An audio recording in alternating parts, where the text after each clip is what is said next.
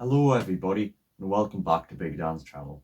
I am, of course, as always, Big Dan, and today I'm going to be reviewing Yorgos Lanthimos' new film, Poor Things, starring Emma Stone and Willem Dafoe. Now, I know a lot of people were giving this film 5 stars and everything, saying it was absolutely brilliant, and I knew this before I went into it, so I wasn't sure if this might have actually been one of the only 5 stars I've ever given films on my Letterboxd account. Um, to be completely honest, I wouldn't say it's a 5 star film, though I can very much understand where people are coming from with that. And if someone did give it 5 stars, I wouldn't judge them or anything. I would say, honestly, fair enough. I can see the reason for your score.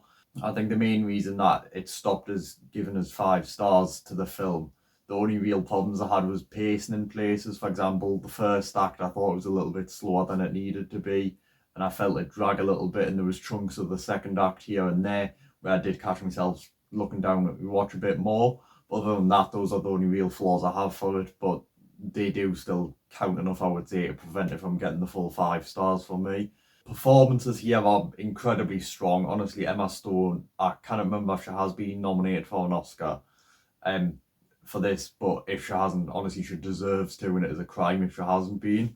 The story is it yeah, it's kind of one of those stories where you know when you're thinking like when it was written and that, and you're thinking like how did they come up with this, and you question like what actually goes on in someone's head to just come up with this kind of idea. It is very much one of those like abstract films, but it's kind of one where it's like a film that's very weird and strange yet enjoyable. I have no idea how to describe it really. The score as well, the score of the film is brilliant. There's a lot of like violins used for the bulk of the score and all that, and I would say it is probably quite strong, and I like this use of it. The environment design as well, like there's a lot of environments within the film that have quite bold colours, and I feel like they were quite helpful for it because I noticed it a lot and I felt like it made the film more memorable.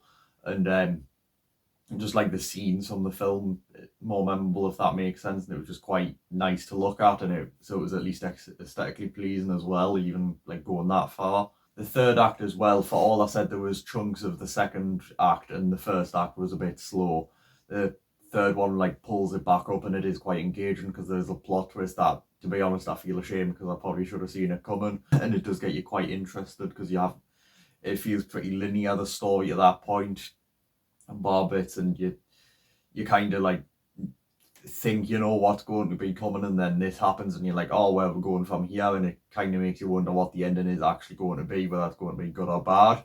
And obviously I'll not spoil anything here whether it is a good or bad ending, but yeah, I feel like one of the best things about this film as well is just the fact of like the story of it. When you look about it and you try thinking, really, it is quite an objective look at humanity because of like the story of the film, and that, again, not going into spoiler territory, if you watch the film, you'll know what I'm on about and how it does it to make it objective. And I thought it was quite nice at like criticising certain aspects of it, and it has got that sort of moral to the story, if that makes sense. And overall as well, I just liked the humour of the film a lot as well. It was quite funny. There was a lot of bits that made me laugh. I think there was some bits that I wasn't even meant to laugh at that actually gave us a nice chuckle in that, so it was quite fun in that aspect.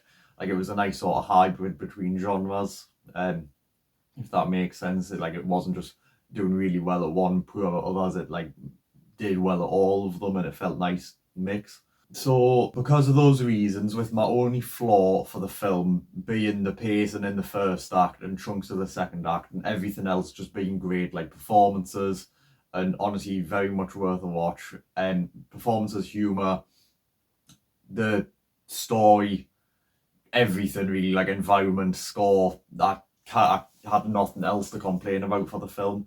So for those reasons, my final verdict for Poor Things is a 9 out of 10. This is definitely the best film I've watched at the cinema so far this year. I mean, it is only my third after all, but it is definitely the best I've seen at the cinema this year, and it will be very hard to top this, I imagine. A 5 star film would beat this. Again, as I said, it doesn't earn 5 stars for me, unfortunately, because I would not consider it worthy of it, but I can still very much see why people are giving it 5 stars, and honestly, I'm glad they liked it that much, and I can see why you would give it 5.